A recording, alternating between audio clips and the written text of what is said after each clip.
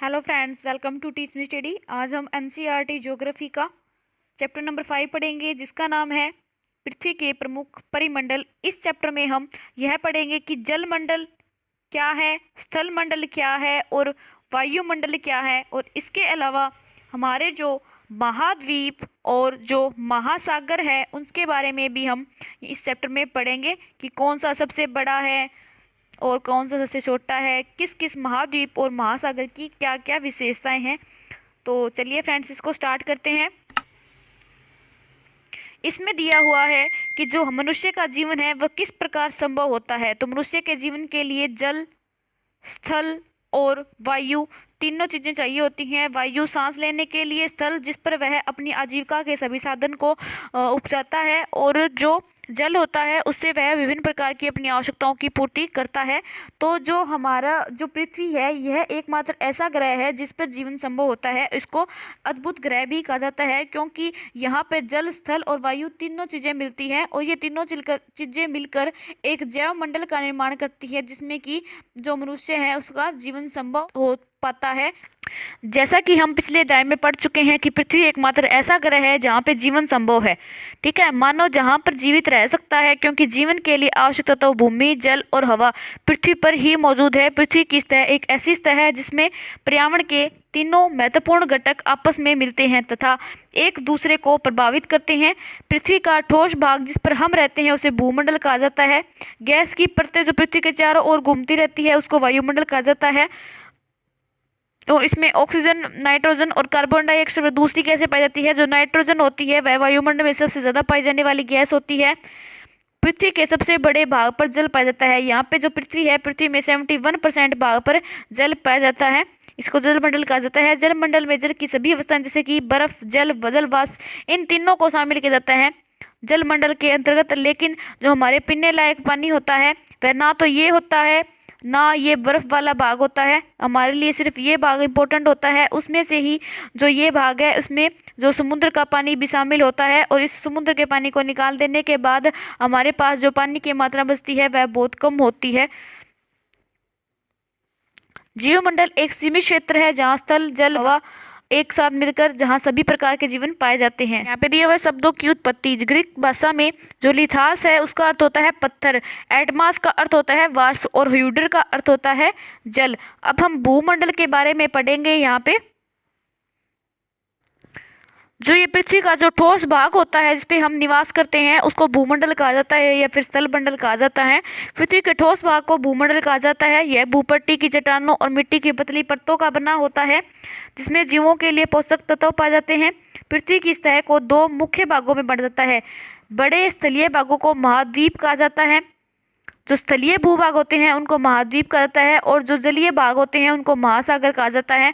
विश्व के सभी महासागर आपस में एक दूसरे से जुड़े हुए हैं। समुद्री जल का तल सभी जगह समान होता है। स्थल की ऊंचाई और समुद्र तल से मापा जाता है जिससे शून्य बन जाता है। जैसे कि कोई भी पर्वत है तो उसकी ऊंचाई हम कैसे मानते कि यह इतना ऊंचा है, तो उसकी ऊंचाई समुद्र तल से मान जाती है जो सभी जगह समान पाया जाता है, और इस समुद्र तल को शून्य माना जाता है। तो यहाँ पे देखिए फ्रेंड्स, ये एक डायग्राम दिया हुआ है जिससे हमें यह पता चल जाएगा कि कौन सी चीज़ें कहाँ पे है।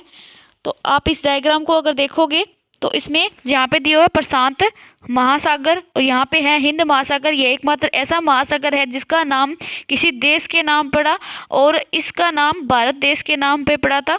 ठीक है, यहाँ पे प्रशांत महासागर है क्योंकि ये वापस से स्टार्ट हो जाता है, इस साइड से इस साइड तक आता है। यहाँ पे बीच में है अटलांटिक महासागर, यहाँ पे दक्षिणी महासागर दिया हुआ है, यहाँ पे आर्कटिक महासागर दिया हुआ है, यहाँ पे है हमारा एशिया, यहाँ पे है यूरोप, ये अफ्रीका।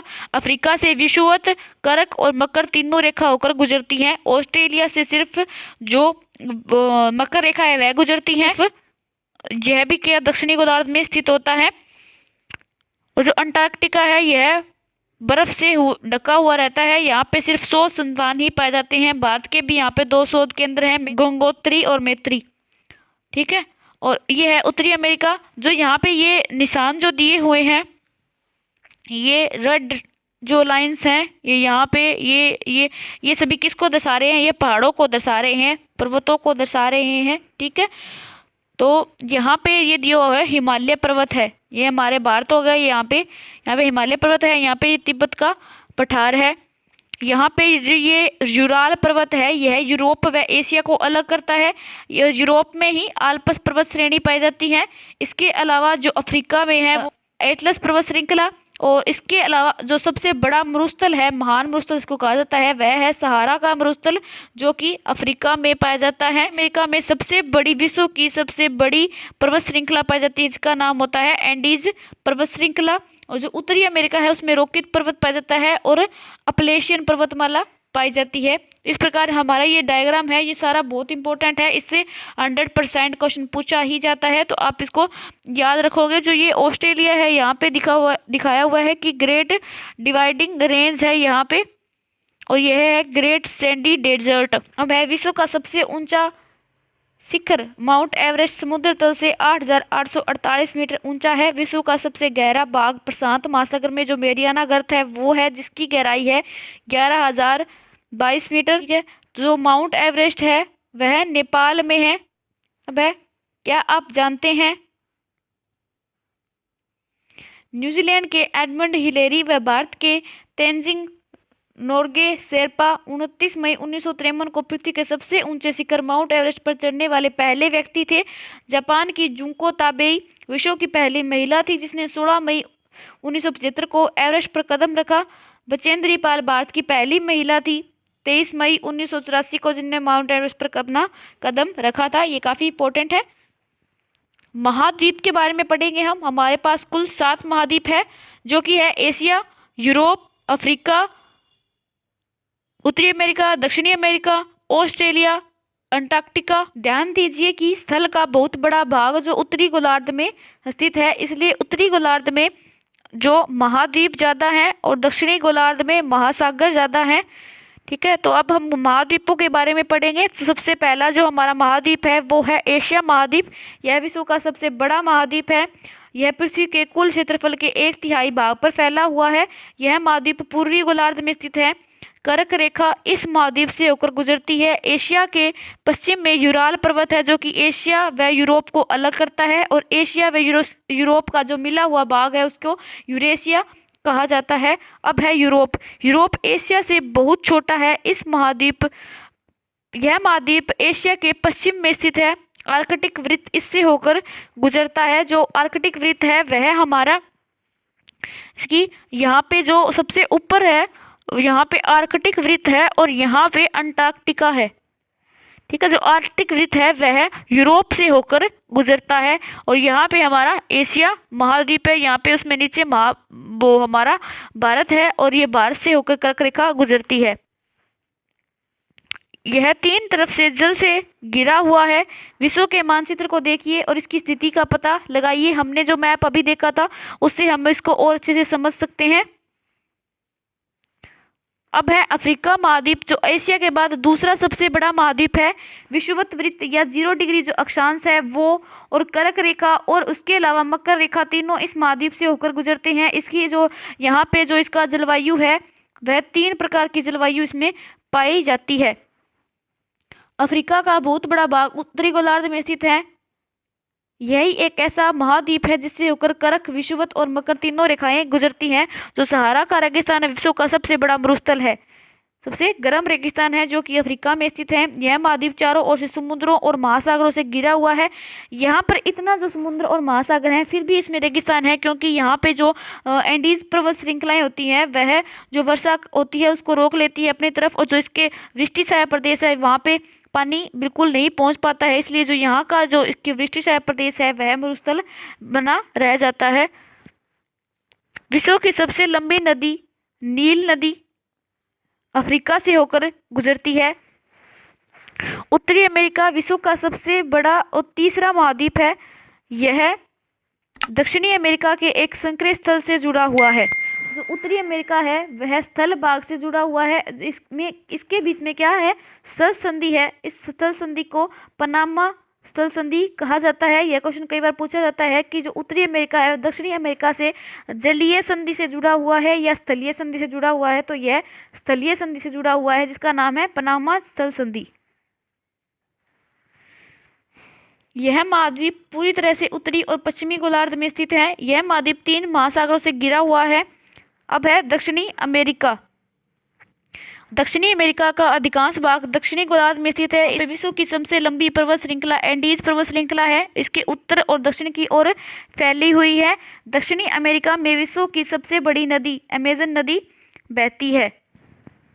ये है यहाँ पे हमारा दक्षिणी। अब यहाँ पे एक क्वेश्चन पुट किया हुआ है, वो देखते हैं। अब यहाँ पे उत्तरी अमेरिका दिया हुआ है, यहाँ पे दक्षिणी अमेरिका दिया हुआ है। यह एक स्थल संधि से दोनों जुड़े हुए हैं, जिसको पनामा जल संधि स्थल संधि कहते हैं। जल संधि पानी का संग्रह भाग जो दो बड़ी जलराशि जैसे समुद्रों और महासागरों को एक दूसरे से जोड़ता है। जैसे जो श्रीलंका है उससे हमारी जल संधि है। तो भारत व श्रीलंका के बीच में स्थित जल संधि का नाम क्या है? तो इसका नाम है पाक जल संधि। जो ऑस्ट्रेलिया है वह सबसे छोटा महाद्वीप है जो पूरी तरह से दक्षिणी गोलार्ध में स्थित है। यह चारों तरफ महासागरों और समुद्रों से घिरा हुआ है। इसे द्वीपीय महाद्वीप भी कहा जाता है क्योंकि यह द्वीप के जैसा है। और द्वीप किसको बोलते हैं? जो चारों ओर से पानी से घिरा हुआ होता है उसको द्वीप बोलते हैं। इस प्रकार जो ऑस्ट्रेलिया है उसको द्वीपीय महाद्वीप कहा जाता है। अंटार्कटिका, यह एक बहुत बड़ा महाद्वीप है जो कि दक्षिणी गोलार्ध में स्थित है। दक्षिणी ध्रुव इस महाद्वीप के मध्य में स्थित है। चूंकि यह दक्षिणी ध्रुव के क्षेत्र में स्थित है, हमेशा मोटी बर्फ की परतों से ढका हुआ रहता है। यहाँ किसी भी प्रकार का स्थायी मानव का निवास संभव नहीं है। यहाँ पे बहुत से देशों के शोध केंद्र स्थित है। भारत के भी शोध संस्थान है जिनका नाम है मैत्री और दूसरा है दक्षिणी गंगोत्री। ये काफ़ी इंपॉर्टेंट है दोनों। पृथ्वी को नीला ग्रह कहा जाता है। किस लिए कहा जाता है? क्योंकि पृथ्वी के जो अधिकांश भाग है उस पर जल पाया जाता है। जल की मात्रा कितनी है? 71% है।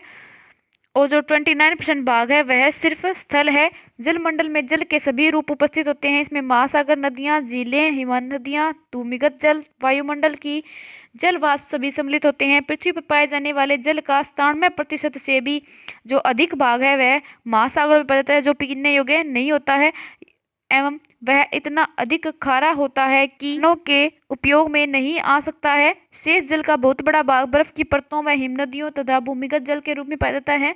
जल का जो बहुत कम भाग है वह अलवण जल के रूप में पाया जाता है जो मनुष्य के इस्तेमाल में आता है। यही कारण है कि नीले ग्रह में रहने के बावजूद भी हम पानी की कमी महसूस करते हैं।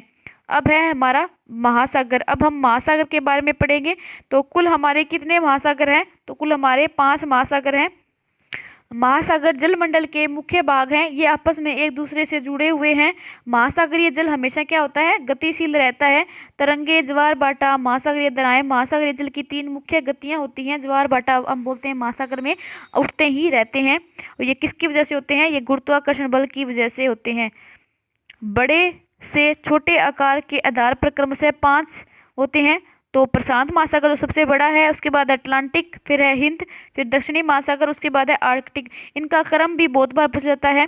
तो सबसे बड़ा कौन है? उसके बाद ऐसे जो प्रशांत महासागर है वह सबसे बड़ा है। और प्रशांत महासागर में ही सबसे बड़ा गर्त स्थित है जिसको मेरियाना गर्त कहते हैं। यह पृथ्वी के 1/3 भाग पर फैला हुआ है। पृथ्वी का सबसे गहरा भाग जो मेरियाना गर्त है प्रशांत महासागर में ही स्थित है। प्रशांत महासागर लगभग वृत्ताकार है। इसकी शेप कैसी है? वृत्ताकार। एशिया, ऑस्ट्रेलिया, उत्तर और दक्षिणी अमेरिका इसके चारों ओर स्थित है। ठीक है। उसके अलावा है जो इनकी शेप है महासागर की, कई बार वो भी पूछ जाती है। ज़्यादातर शेप है वो इसकी पूछ जाती है अटलांटिक महासागर की, जिसकी शेप है एस आकार की है। अटलांटिक महासागर विश्व का दूसरा सबसे बड़ा महासागर है। यह अंग्रेजी भाषा के एस आकार का है। इसके पश्चिमी किनारे पर उत्तर व दक्षिणी अमेरिका है और पूर्वी किनारे पर यूरोप एवं अफ्रीका है। अटलांटिक महासागर की तटरेखा बहुत अधिक दंतुरित है और यह अनियमित दंतुरित तटरेखा प्राकृतिक पोताश्रय एवं पत्थरों के लिए आदर्श स्थिति है। व्यापार की दृष्टि से यह सबसे व्यस्त महासागर है। इसको भी कई बार पूछा गया है, ये आप ध्यान रखोगे। हिंद महासागर एक ऐसा महासागर जिसका नाम किसी देश के नाम पर पड़ा, यानी भारत के नाम पर रखा गया है इसका नाम। यह महासागर लगभग त्रिभुजाकार है। हिंद महासागर की शेप है त्रिभुजाकार, अटलांटिक की है एस के आकार की और प्रशांत महासागर की है वृत्ताकार। इसके उत्तर में एशिया, पश्चिम में अफ्रीका तथा पूर्व में ऑस्ट्रेलिया स्थित है। दक्षिणी महासागर अंटार्कटिका महाद्वीप के चारों ओर से घेरता है। यह अंटार्कटिका महाद्वीप से उत्तर की ओर 60 डिग्री दक्षिणी अक्षांश तक फैला हुआ है। अगर आपको ये देखना है कि कौन सा देश है वो इसके आसपास स्थित है, तो मैंने जो आपको ऊपर विश्व का जो मैप करवाया था, वर्ल्ड मैप, उसमें आप इसको ध्यान से याद रखोगे, जिससे कि आपको अच्छे से पता चल जाएगा कि कौन सा महासागर कहाँ पे है और इसके आसपास कौन कौन से देश पड़ते हैं। आर्कटिक महासागर उत्तर ध्रुव वृत्त में स्थित है तथा यह उत्तर ध्रुव के चारों ओर फैला हुआ है। यह प्रशांत महासागर के छिछले जल वाले एक संकरे भाग से जुड़ा हुआ है। जो आर्कटिक महासागर है वह प्रशांत महासागर से जुड़ा हुआ है जल वाले भाग से, यानी कि इनके बीच में क्या है, जल संधि है, और इस जल संधि का नाम होता है बेरिंग जल संधि, जो कि काफ़ी बार क्वेश्चन में पूछा गया है इससे, तो आप इसको ध्यान रखोगे, इंपॉर्टेंट है बेरिंग जल संधि। उत्तरी अमेरिका के उत्तरी तटों और यूरेशिया से यह घिरा हुआ है। आर्कटिक और प्रशांत के बीच में जल संधि है। वायुमंडल की अलग अलग परतें होती हैं। इसमें 4 परतें हैं जिनका नाम है, यहाँ से स्टार्ट होती है ये क्षोभ मंडल। इस क्षोभ मंडल के में क्या होते हैं, एरोप्लेन उड़ सकते हैं। उसके बाद होते हैं समताप मंडल। इसमें जो उल्कापिंड आते हैं वो जल के राख हो जाते हैं, और यहाँ पे जो पैरासूट है वो उड़ते हैं। और उसके अलावा यहाँ पे ओजोन लेयर भी पाई जाती है। उसके अलावा होते हैं मध्य मंडल। यहाँ पे जो हमारे रॉकेट वगैरह यहाँ से जाते हैं सीधा, और रेडियो तरंगे उसके बाद में ही होती हैं, चलती रहती हैं। तो इस प्रकार इनके नाम हैं अलग अलग। और इसके बाद होते हैं, मध्य मंडल के बाद आता है आयन मंडल, और आयन मंडल के बाद में आता है बहिर्मंडल। ये जो डायग्राम है ये आपके लिए काफ़ी इंपॉर्टेंट है, क्रम में पूछा जाता है कई बार कि क्षोभ मंडल, समताप मंडल, मध्य मंडल, आयन मंडल, उसके बाद बहिर्मंडल आते हैं, और इन सब की क्या क्या विशेषताएं होती हैं इनके बारे में भी आपको याद होना चाहिए। वायुमंडल, हमारी पृथ्वी के चारों ओर से गैस की एक परत घिरी हुई है जिसे वायुमंडल कहा जाता है। वायु की यह पतली परत इस ग्रह का महत्वपूर्ण एवं अटूट भाग है। यह हमें ऐसी वायु प्रदान करती है जिससे हम लोग सांस लेते हैं। वायुमंडल हम लोगों को सूर्य की कुछ हानिकारक किरणों से बचाता है। वायुमंडल 1600 किलोमीटर की ऊंचाई तक फैला हुआ है। वायुमंडल को उसके घटकों, तापमान और अन्य के आधार पर 5 परतों में बांटा जाता है। इन परतों को पृथ्वी की सतह से शुरू करते हुए क्षोभ मंडल, समताप मंडल, मध्य मंडल, आयन मंडल और बहिर्मंडल कहा जाता है। वायुमंडल मुख्यतः ऑक्सीजन, नाइट्रोजन का बना है, जो कि साफ तथा शुष्क हवा का 99% भाग है। सबसे ज़्यादा वायुमंडल में नाइट्रोजन गैस पाई जाती है। आयतन के अनुसार नाइट्रोजन है वो 78% और ऑक्सीजन 21%, और दूसरी गैस जैसे कि कार्बन डाइऑक्साइड, ऑर्गन आदि 1% पाई जाती हैं। ऑक्सीजन सांस लेने के लिए आवश्यक है, जबकि नाइट्रोजन प्राणियों की वृद्धि के लिए आवश्यक होती है। कार्बन डाइऑक्साइड यद्यपि बहुत कम मात्रा में है, लेकिन यह पृथ्वी के द्वारा छोड़ी हुई ऊष्मा को अवशोषित करता है, जिससे पृथ्वी गर्म रहती है, और यह पौधों की वृद्धि के लिए भी आवश्यक है। ऊंचाई के साथ साथ वायुमंडल के घनत्व में भिन्नता आती है। जैसे कि हम स्थल से ऊपर की ओर जाएंगे तो तापमान गिरता जाता है। यह घनत्व समुद्री तल पर सबसे अधिक होता है। जैसे जैसे हम ऊपर की ओर जाते हैं तेजी से घटता जाता है। आप जानते हैं कि पहाड़ों और पर्वतारोहियों को हवा के घनत्व में कमी होने के कारण सांस लेने में कठिनाई आती है। ऊंचाई पर सांस लेने के लिए उन्हें अपने साथ ऑक्सीजन सिलेंडर लेकर जाना पड़ता है। हमारे इस डायग्राम में हमें तीनों चीज़ों को बारे में बताया गया है। ये कि स्थल मंडल, जो यहाँ पे ये स्थल मंडल, ये है जल मंडल, और ये है वायुमंडल। जैसे जैसे हम ऊपर की ओर जाते हैं तो तापमान भी घटता जाता है। वायुमंडल पृथ्वी पर दबाव डालता है। यह एक स्थान से दूसरे स्थान पर अलग अलग होता है। कुछ क्षेत्रों में हमें अधिक दाब महसूस होता है, जबकि कुछ क्षेत्रों में कम। वायु उच्च दाब से निम्न दाब की ओर बहती है। गतिशील वायु को पवन कहा जाता है। जो पवनें होती हैं वह हमेशा उच्च वायु दाब से निम्न वायु दाब की ओर चलती है। अब हम जीवमंडल के बारे में पढ़ेंगे। जीवमंडल स्थल, जल और हवा के बीच का एक सीमित भाग होता है जिसपे जीवन संभव होता है। यहाँ जीवों की बहुत सी प्रजाति पाई जाती है, जो कि सूक्ष्म जीवों, बैक्टीरिया से लेकर बड़े स्तनधारियों के आकार में पाई जाती हैं। मनुष्य सहित सभी प्राणी जीवित रहने के लिए एक दूसरे से तथा जीवमंडल से जुड़े हुए होते हैं। जीवमंडल के सभी प्राणियों को मुख्यतः 2 भागों, जंतु जगत एवं पादप जगत में विभक्त किया जा सकता है। पृथ्वी के ये तीनों परिमंडल आपस में पारस्परिक क्रिया करते हैं, एक दूसरे को किसी न किसी रूप में प्रभावित करते हैं। उदाहरण के लिए लकड़ी खेतों खेती के लिए वनों को काटा जाए तो इससे ढलुआ भाग पर मिट्टी का कटाव तेजी से होने लग जाता है। इसी प्रकार प्राकृतिक आपदाएं जैसे कि भूकंप, पृथ्वी की सतह में परिवर्तन हो जाता है। हाल ही में सुनामी के कारण अंडमान निकोबार द्वीप समूह का कुछ भाग पानी में डूब गया था, जो कौन सा था? इंदिरा पॉइंट था, जो 2004 की सुनामी में जो डूब गया था। झीलों, नदियों में दूषित पदार्थों से प्रभावित होने से उनका जल मानव के इस्तेमाल के लायक नहीं रह जाता और यह जल दूसरे जीवों को भी नुकसान पहुंचाता है। उद्योगों, तापीय विद्युत संयंत्रों और गाड़ियों का उत्सर्जी पदार्थ वायु को प्रदूषित करता है। कार्बन डाइऑक्साइड वायु का एक महत्वपूर्ण घटक है, लेकिन कार्बन डाइऑक्साइड की मात्रा में वृद्धि के कारण पृथ्वी के तापमान में वृद्धि हो रही है। इसे भूमंडलीय तापन कहा जाता है। इसलिए भूमंडल, वायुमंडल, जलमंडल के बीच में प्राकृतिक संतुलन बनाए रखने के लिए पृथ्वी के संसाधनों के सीमित उपयोग की आवश्यकता है। कार्बन डाइऑक्साइड कैसे बढ़ रही है? जैसे कि जो पेड़ पौधे होते हैं वह हमारे द्वारा जो कार्बन डाइऑक्साइड छोड़ी जाती है उसको वह अवशोषित करते हैं और ऑक्सीजन को वो छोड़ते हैं, ऑक्सीजन को हम ग्रहण करते हैं और ये कार्बन डाइऑक्साइड को ग्रहण करते हैं और हम इसको छोड़ते हैं। तो इस प्रकार यह संतुलन बना रहता था, लेकिन आजकल जो वनों की कटाई सबसे ज़्यादा होने लगी है उसकी वजह से यह संतुलन खराब होने लग गया है। तो जिससे कि जो कार्बन डाइऑक्साइड है उसकी मात्रा में वृद्धि होने लग गई है, जिसके पृथ्वी का तापमान भी बढ़ रहा है। तो फ्रेंड्स, हमारे चैप्टर कंप्लीट हो गया है। कुछ अभ्यास के क्वेश्चंस हैं जिनको अब करते हैं हम। क्वेश्चन नंबर फर्स्ट है, पृथ्वी के 4 प्रमुख परिमंडल कौन कौन से हैं? तो यह कौन से हैं? भूमंडल, जलमंडल, वायुमंडल और जैवमंडल। इसके अलावा पृथ्वी के प्रमुख महाद्वीप के कौन कौन से हैं? ये कुल 7 महाद्वीप हैं। एशिया, अफ्रीका, उत्तरी अमेरिका, दक्षिणी अमेरिका, यूरोप, ऑस्ट्रेलिया, अंटार्कटिका। 2 महाद्वीपों के नाम लिखिए जो पूरी तरह दक्षिणी गोलार्ध में स्थित हैं। तो दक्षिणी गोलार्ध में एक तो है अंटार्कटिका और दूसरा है ऑस्ट्रेलिया। फिर है वायुमंडल की विभिन्न परतों के नाम लिखिए। तो ये परतें हैं क्षोभ मंडल, समताप मंडल, मध्य मंडल और उसके बाद में है आयन मंडल और उसके बाद में है बहिर्मंडल। अब है, पृथ्वी को नीला ग्रह क्यों कहा जाता है? क्योंकि जो पृथ्वी है उसके 71% भाग पर तो जल पाया जाता है और जो 29% है उस पे स्थल पाया जाता है। जलीय भाग ज़्यादा होने की वजह से ही इसको नीला ग्रह कहा जाता है। उत्तरी गोलार्ध को स्थलीय गोलार्ध क्यों कहा जाता है? क्योंकि जो उत्तरी गोलार्ध है उसमें स्थलीय भाग ज़्यादा है दक्षिणी गोलार्ध की बजाय, और दक्षिणी गोलार्ध में जलीय भाग ज़्यादा होता है।